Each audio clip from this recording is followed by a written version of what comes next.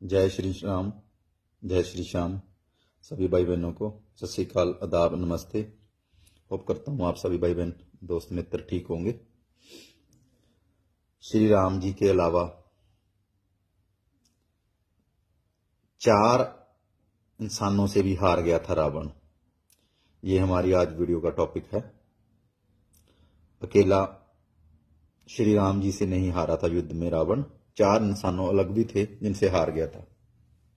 पहला इंसान था वो बलि, सुग्रीव का बड़ा भाई, जिसने सुग्रीव का राज्य ले लिया था अपनी ताकत से और उसकी पत्नी पे भी कब्जा कर लिया था। एक बार रावण बलि से युद्ध करने के लिए पहुंच गया था। बाली उस समय पूजा कर रहा था। रावण बार बार बाली को ललकार रहा था, जिससे कि बाली की पूजा में बाधा उत्पन्न हो रही थी। जब रावण नहीं माना तो बाली ने उसे अपनी बाजू में दबाकर 4 समुद्रों की परिक्रमा की थी। बाली बहुत शक्तिशाली था और इतनी तेज गति से चलता था कि रोज सुबह सुबह ही 4 समुद्रों की परिक्रमा कर लेता था। इस प्रकार परिक्रमा करने के बाद सूर्य को अर्घ्य अर्पित करता था। जब तक बाली ने परिक्रमा की और सूर्य को अर्घ्य अर्पित किया, तब तक रावण को अपने बाजू में दबाकर ही रखा था।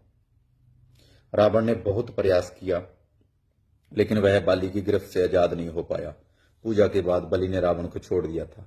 यह पहला युद्ध था जिसमें रावण ने हार मानी थी, रावण की हार का। सेकंड, जब रावण की हार हुई, सहस्त्रबाहु अर्जुन से भी रावण की हार हुई थी। सहस्त्रबाहु अर्जुन के 1000 हाथ थे, इसी वजह से उसका नाम सहस्त्रबाहु पड़ा था।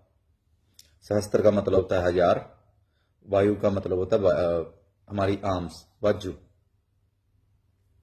जब रावण सहस्त्रबाहु से युद्ध करने पहुंचा तो सहस्त्रबाहु ने अपने 1000 हाथों से नर्मदा नदी के बहाव को रोक दिया था। सहस्त्रबाहु ने नर्मदा का पानी इकट्ठा किया और पानी छोड़ दिया, जिससे रावण पूरी सेना के साथ ही नर्मदा में बह गया था।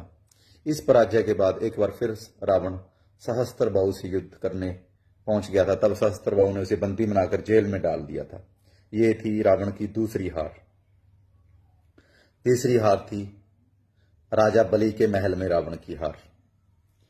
दैत्यराज बलि पाताल लोक के राजा थे। एक बार रावण राजा बलि से युद्ध करने के लिए पाताल लोक में उनके महल तक पहुंच गया था। वहां पहुंचकर रावण ने बलि को युद्ध करने के लिए ललकारा। उस समय बलि के महल में खेल रहे बच्चों ने ही रावण को पकड़कर घोड़ों के साथ अस्तबल में बांध दिया था। इस प्रकार राजा बलि के महल में रावण की हार हुई। ये तीसरी हार थी रावण की। चौथी बार रावण हारा था शिवजी महाराज से। रावण बहुत शक्तिशाली था और उसे अपनी शक्ति पर बहुत ही घमंड था। रावण इस घमंड के नशे में शिवजी को हराने के लिए कैलाश पर्वत पर पहुंच गया था। रावण ने शिवजी को युद्ध के लिए ललकारा, लेकिन महादेव तो ध्यान में लीन थे।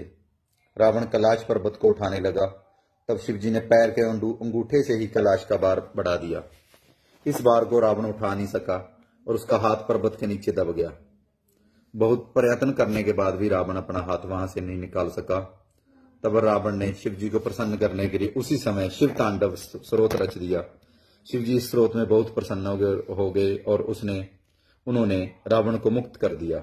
मुक्त होने के पश्चात रावण ने शिवजी को अपना गुरु बना लिया। ये थी रावण की चौथी हार। इस कथा से हम सबको पता चलता है कि रावण पहली बार नहीं हारा था।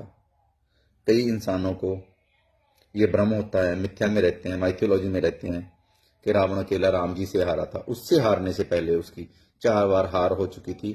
रावण से हारने के बाद तो रावण की मृत्यु हुई। अगर आपको ये वीडियो अच्छी लगे तो लाइक, शेयर एंड कमेंट कर सकते हैं। जय श्री श्याम, जय Shri Ram. Thank you very much.